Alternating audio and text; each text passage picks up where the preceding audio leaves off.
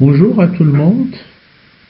Donc aujourd'hui, je vous présente la suite du deuxième chapitre consacré au calcul de besoins en fonds de roulement normatif.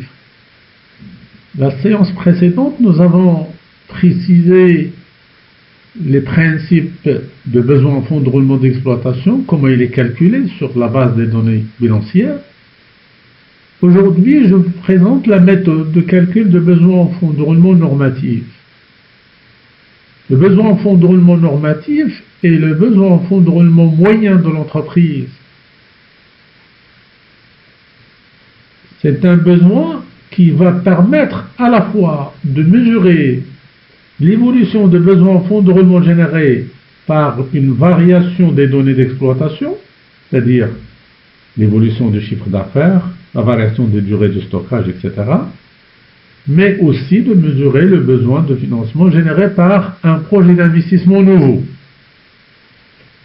Et donc, on retient généralement la partie variable de ce besoin en fonds de roulement d'exploitation et on calcule pour chacun des postes de bilan actif et de bilan passif un ratio d'écoulement ou un temps d'écoulement ou une durée d'écoulement, ça revient au même, et un ratio de structure ou ce qu'on appelle le coefficient de structure. Et donc, nous devrons saisir aussi que le besoin en fonds de roulement normatif est exprimé en jours de chiffre d'affaires hors taxe. On commence par le calcul ou la méthode des temps d'écoulement. Comment peut-on présenter ou calculer les temps d'écoulement des différents postes de besoin en fonds de roulement d'exploitation. Le temps d'écoulement ou la durée ou le ratio d'écoulement correspond au délai réel. Il correspond au délai réel pour un poste d'actif. Plus le ratio d'écoulement est important, et plus le besoin de financement est élevé. Pour un poste de passif, plus le délai d'écoulement ou le temps d'écoulement, c'est-à-dire le temps de paiement, est élevé, et plus la ressource de financement augmente.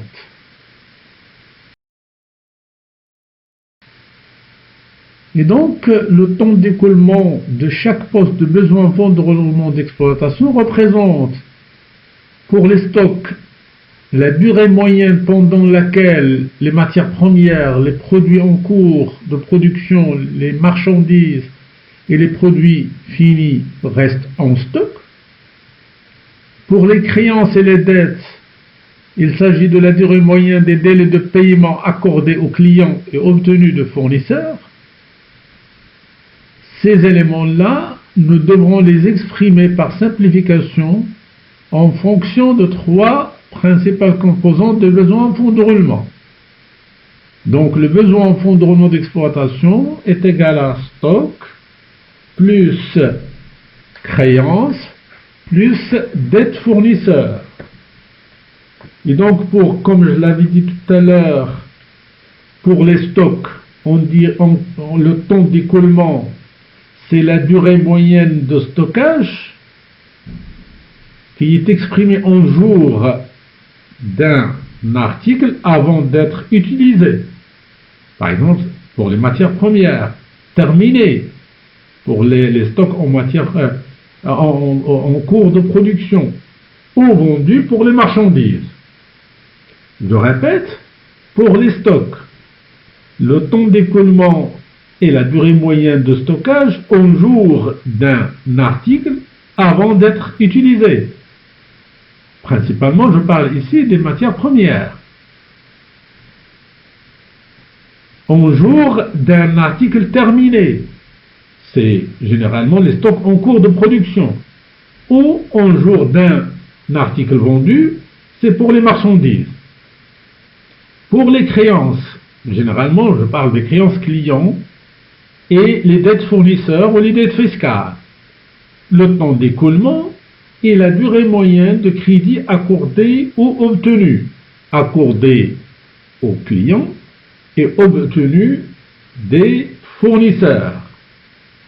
Donc si on retient la méthode de calcul, donc le besoin en fonds de roulement d'exploitation est égal à stock plus créance plus dette, fournisseur ou dette fiscale ou dette sociale.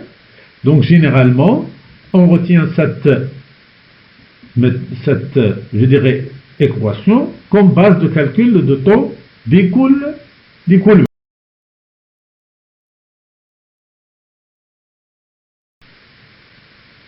Donc les temps d'écoulement, comme vous pouvez le remarquer, sont des données techniques qui proviennent des services compétents de l'entreprise.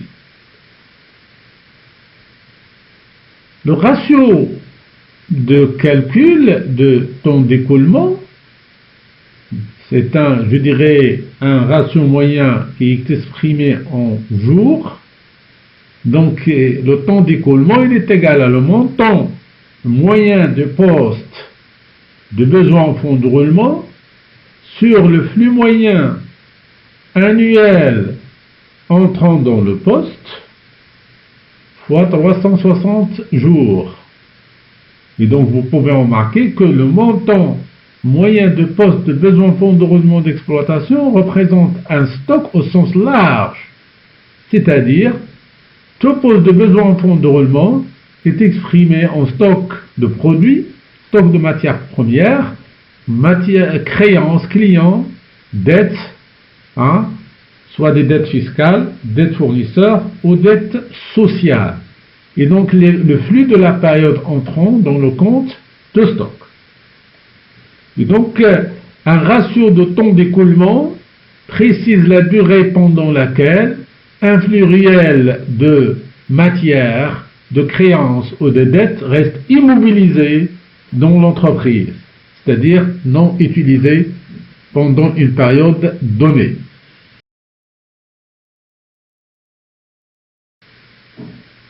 Ensuite, nous passons au calcul de coefficient de structure.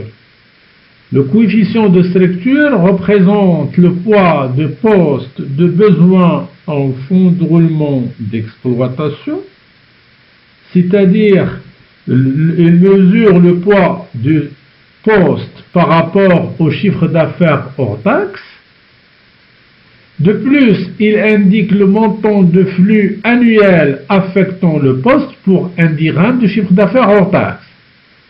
Les données proviennent principalement de la comptabilité analytique.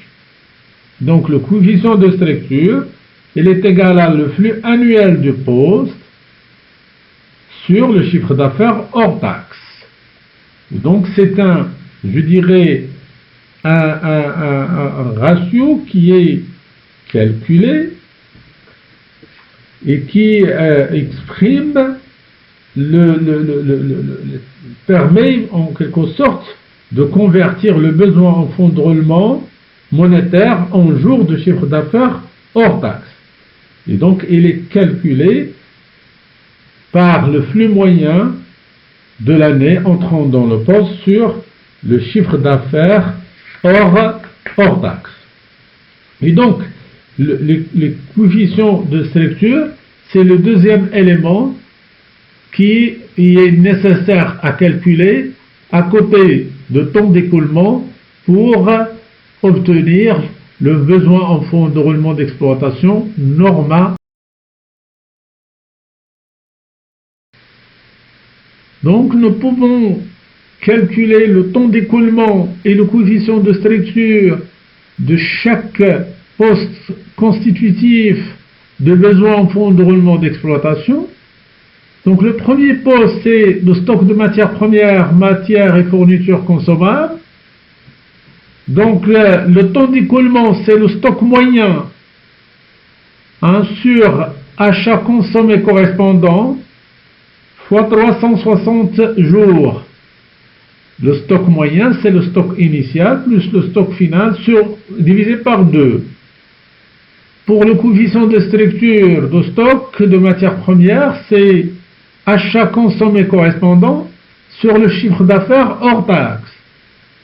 Deuxième poste, c'est le stock de marchandises.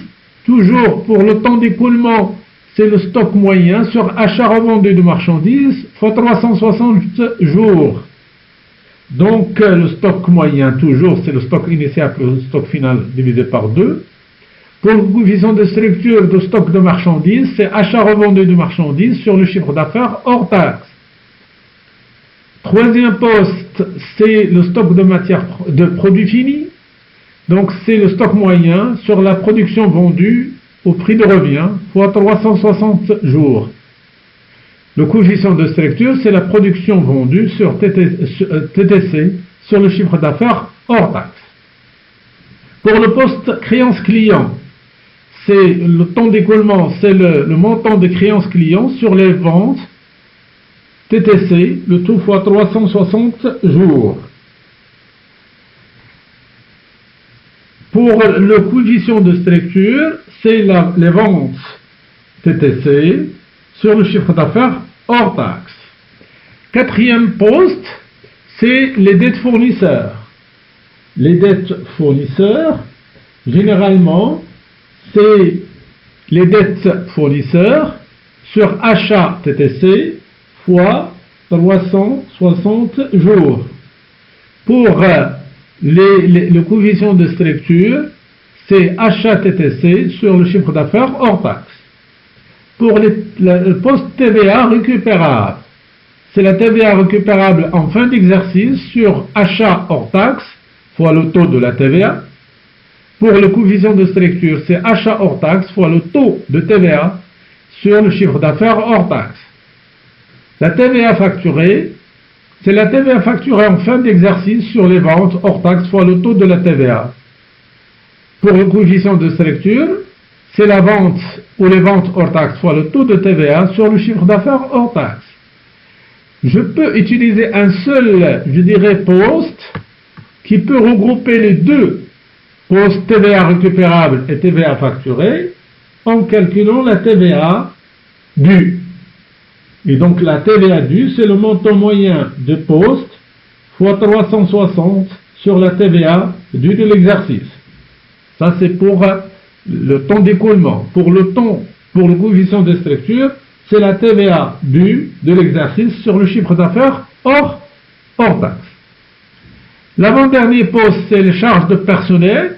Donc on retient les salaires à payer au bilan sur les salaires nets annuels pour le calcul de temps d'écoulement. Pour le calcul de coefficient de structure, c'est le salaire net annuel sur le chiffre d'affaires hors taxe. Pour les dettes sociales ou les organismes sociaux, nous retenons pour le calcul de temps d'écoulement les charges sociales qui figurent au bilan sur les charges sociales annuelles. Pour le coefficient de structure, on retient les charges sociales annuelles sur le chiffre d'affaires hors taxe. Et donc, vous pouvez remarquer que nous avons calculé pour les principaux postes de besoin en fonds de roulement d'exploitation, le temps d'écoulement et les coefficients de structure. Donc, une fois on a calculé le temps d'écoulement, le coefficient de structure de chaque poste de besoin en fonds de roulement d'exploitation, donc ici on présente pour les postes de l'actif, c'est-à-dire stock client, TVA récupérable, les temps d'écoulement et les coefficients de structure, et donc il correspond la multiplication, on calcule par exemple pour le stock temps d'écoulement et le coefficient de structure. La multiplication temps d'écoulement fois le coefficient de structure, j'obtiens un montant qui est un emploi. Pour les clients, la même chose. Je calcule le temps d'écoulement, le coefficient de structure, emploi. La multiplication. TVA récupérable. Donc, je calcule le temps d'écoulement, je le multiplie par le coefficient de structure et j'obtiens également un emploi. Pour les postes de passifs, la même chose. Nous avons fournisseurs, charges de personnel, charges sociales, TVA facturée. Donc, ce sont également, je calcule les temps d'écoulement et les coefficients de structure. Je multiplie pour chaque poste son temps d'écoulement et son coefficient de structure, et j'obtiens une ressource. Donc pour ces 4 postes, il s'agit de ressources. Donc les totaux, donc je fais le total des actifs, c'est T1, et T2 c'est le total du passif. Donc si je fais la différence entre T1 et T2, c'est T1 moins T2, hein, et positif, donc si le besoin en fonds de roulement est supérieur à 1. Donc nous avons un besoin en fonds de roulement qui est positif. Ça, la différence, c'est le besoin en fonds de roulement normatif qui est exprimé en jours de chiffre d'affaires hors taxe. Et si T1 moins T2 est inférieur à 0, donc nous avons une ressource et non pas un emploi.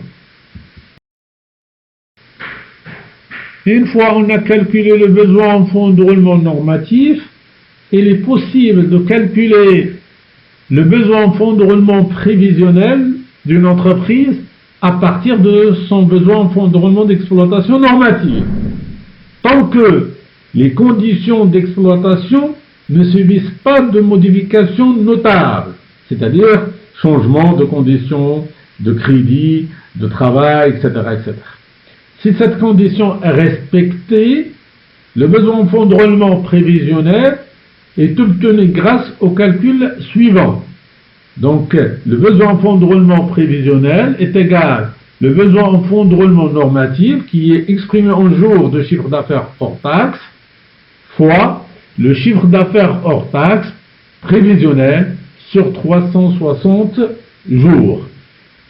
Voilà grosso modo ce que je peux vous dire sur ce chapitre consacré au calcul de besoin en fonds de roulement normatif. Donc la séance suivante sera consacrée à une étude de cas plus détaillée. Merci et à la prochaine.